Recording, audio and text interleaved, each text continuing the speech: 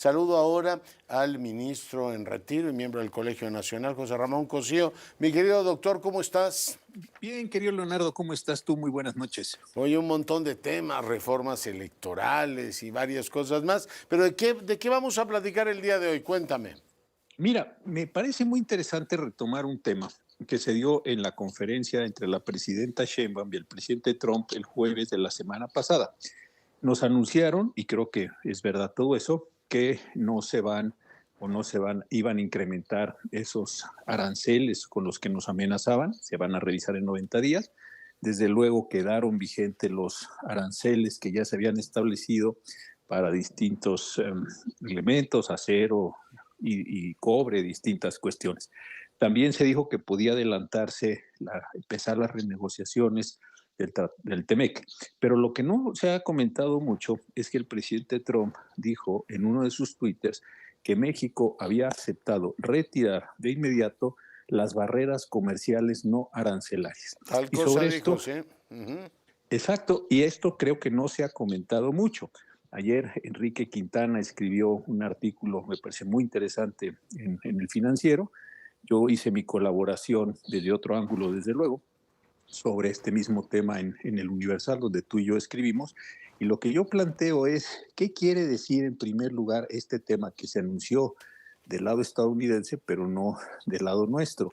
Las barreras comerciales no arancelarias, dicho muy rápidamente, son todas aquellas cuestiones que tiene un país, medidas legislativas, administrativas, normas oficiales, normas técnicas, en materias muy diversas, fitosanitarias, sanitarias, etcétera, donde un país pues trata de generar una política pública de acuerdo con lo que ese país considera. Si efectivamente México aceptó, como dijo el presidente Trump, abrir el tema de las barreras comerciales no arancelarias, pues lo que México decidió simple y sencillamente es abrir sus procesos de regulación internos respecto de las mercancías que vienen de fuera.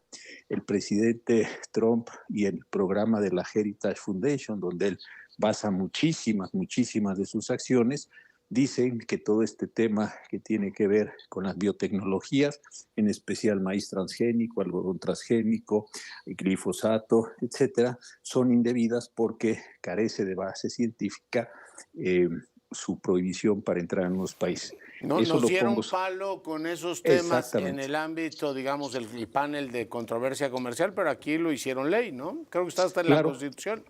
está en la Constitución, pero lo que ahora, y esa es la parte interesante, si efectivamente esto fue lo que se negoció, pues el del lado estadounidense te podrían empezar a decir, quítame esa barrera que tiene que ver otra vez con lo fitosanitario, con los procesos de inversión, con las normas técnicas que estén dificultando o prohibiendo de plano las importaciones de productos estadounidenses a México.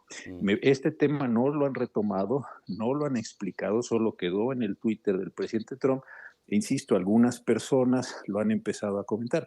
Creo que esto sí vale mucho la pena que lo retomemos, pues tú, yo y otras personas que estamos ahora en los medios, porque es, insisto, o sería una enorme restricción a las políticas y a las decisiones internas, bajo la amenaza de que en los 90 días nos caen a palos con los aranceles o nos caen a palos también con la renegociación del TEMEC. Por eso me pareció muy importante recuperar este tema, querido Leonardo. Que me parece central. Esta mañana platicaba con Duncan Wood a propósito del documento del USTR que contiene todas estas medidas que en principio México va a tener que en este caso retocar, modificar o matizar. Hay algunas tan tremendas como la integración de reguladores, José Ramón. Está el tema del IFT que extinguieron y no sé si COFES entra en el mismo saco, pero decía el USTR, oiga, pues en México ya no hay garantías de tener Exactamente. autoridades autónomas. Pero yo te pregunto a ti, como exministro, ministro en retiro de la Suprema Corte, ¿qué le vamos a decir a nuestros socios comerciales con un nuevo poder judicial producto de la movilización política y el fraude electoral? Cuando nos digan que eso es una barrera suprema al comercio y al funcionamiento de una economía moderna, ¿qué demonios vamos a decir? ¿O estamos esperando que Trump nos ponga sobre la mesa la amenaza de una, en este caso, política arancelaria seria para pues empezar a darnos cuenta que tenemos un problema serio ahí, José Ramón? Mira, yo creo, y no quiero parecer ni serlo, ni nunca lo sería, ni traidor a la patria, ni hable de mal agüero, ni nada de Usted estas es un cosas, porque orgullo para su patria, doctor. gracias igualmente que usted, mi querido maestro, pero ahí va el problema central. La política de México hoy, y lo digo con mucha tristeza, se está definiendo en los Estados Unidos. Tiene cerca de 40 personas que están extraditadas o que fueron enviadas a la mala a Estados Unidos, que en estos días se están declarando. Viste hoy que no se le va a aplicar la pena de muerte a Ismael Zambada, que tampoco se le va a aplicar la pena de muerte a Rafael Caro Quintero. Es decir, allá se están negociando muchísimas cosas a cambio de una enorme cantidad de información que cerca de 40 personas, los Guzmán López, los Zambada, todos los lugartenientes que han estado llevando.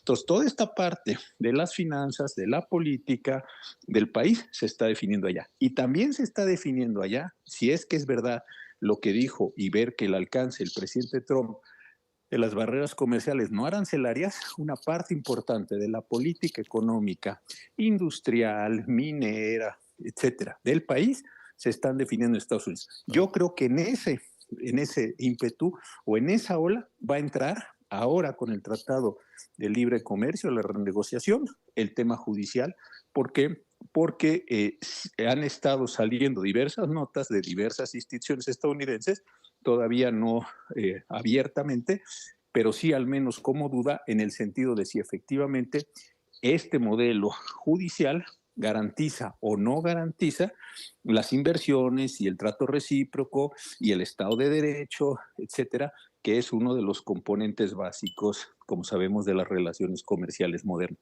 Entonces, yo creo que en los próximos meses, entre las personas que están extraditadas, las fiscalías, los jueces estadounidenses, más estas barreras comerciales no arancelarias que pueden ser tan amplias como se te ocurra, los porcentajes de inversión extranjera, la extensión de los casos, ahí hay una parte oculta, más la dinámica que se empiece a dar, si es que los criterios empiezan a ser criterios, pues no sustentados en ley, criterios ideológicos, criterios de así es, porque así tiene que ser, porque el movimiento lo exige, etcétera.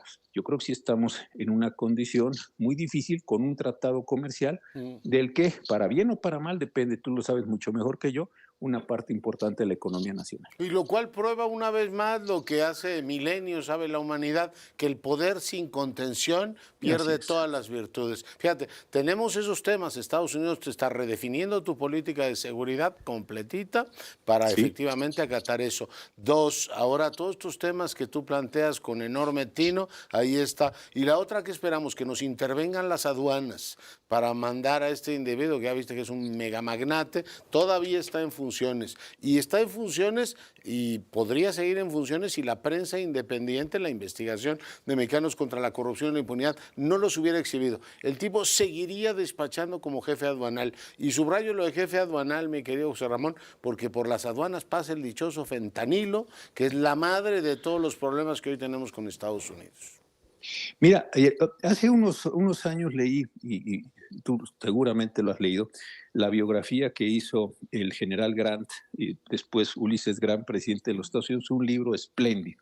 Y él dice que cuando vino a la guerra del 47 a México, vino como capitán, y él decía, a mí lo que me daba una enorme tristeza es ver que los soldados mexicanos eran muy valientes, no tenían armas, no tenían equipo, no tenían habituallamiento, y él dice, y todo eso es culpa de su gobierno, que no les supo dar lo necesario para la guerra. Decía, daba pena tener que atentar con 3 personas o tener que dispararle.